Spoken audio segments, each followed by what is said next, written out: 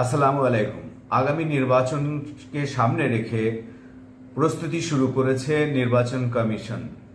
ইতিমধ্যে নতুন রাজনৈতিক দলগুলোকে নিবন্ধন দেওয়া এবং তাদের মার্কা বরাদ্দ শুরু করেছে জাতীয় নির্বাচনকে সামনে রেখে।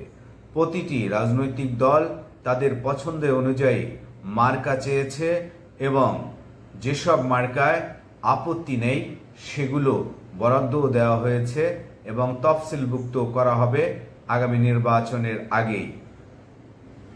আপনারা হয়তো জানেন যে নবগঠিত এনসিপি তারা দাবি করেছিল আমাদের জাতীয় ফুল শাপলাকে মার্কা হিসেবে দাবি করেছিল। পাশাপাশি নাগরিক ঐক্য মাহমুদুর রহমানের সাহেবের তারাও চেয়েছিল শাপলা প্রতীক।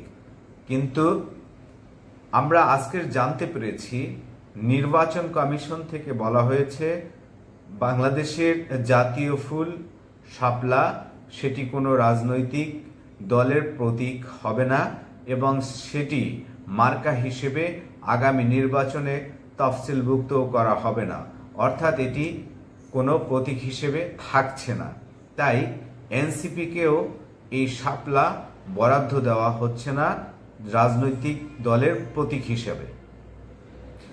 আপনারা জানেন যে এনসিপি তাদের দলীয় প্রতীক হিসেবে 3টি প্রতীককে বাছাই করেছিল বা পছন্দের তালিকায় নাম দিয়েছিল।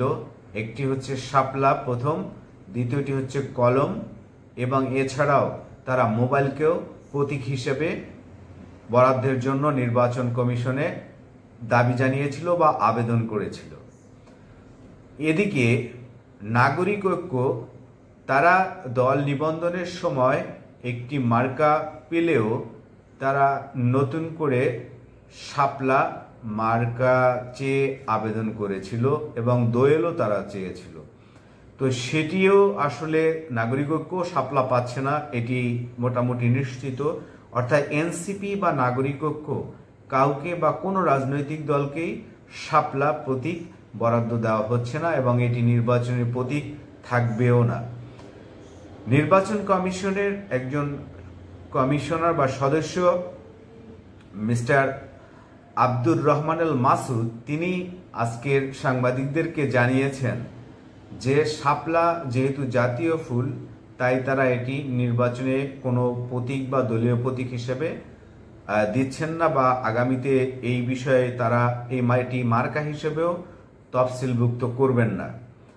তিনি একটি কথা বলেছেন যে আমাদের দেশে জাতীয় পতাকা ব্যবহার বা জাতীয় পতাকার সম্মান প্রদর্শন সহ বিভিন্ন ইস্যুতে জাতীয় পতাকা কেন্দ্রিক একটি ব্যবহারের বিধিমালা রয়েছে, কিন্তু আমাদের জাতীয় যে ফল বা ফুল রয়েছে এর জন্য কোনো আইন বা বিধি নেই। এটি তিনি বলছেন যে এটিও থাকা প্রয়োজন এবং তাহলে আরও বিষয়টি সবার জন্যই ভালো হতো। তবে তারপরও জাতীয় ফুল হিসেবে শাপলা থাকায় আগামী নির্বাচনে বা কোনো রাজনৈতিক দলের নির্বাচনী প্রতীক হিসেবেই আপনার শাপলা থাকছে না, সেটি নির্বাচন কমিশন থেকে আজকে স্পষ্ট জানিয়ে দেওয়া হয়েছে। তাহলে এখন দেখা যাচ্ছে যে এনসিপি হয়তো কলম অথবা মোবাইল ফোন যে কোনো একটি প্রতীক পেতে পারে, সে বিষয়ে হয়তো বা চূড়ান্ত সিদ্ধান্ত হবে। শাপলার আলোচনাটি হয়তো এখানেই সমাপ্তি হবে। দেখা যাক আসলে এনসিপি শেষ পর্যন্ত কোন প্রতীক বরাদ্দ পায় এবং তারা তাদের দলের জন্য কোন প্রতীককে বেছে নেয়। আজকের এ পর্যন্ত, সবাই ভালো থাকুন, আল্লাহ হাফেজ।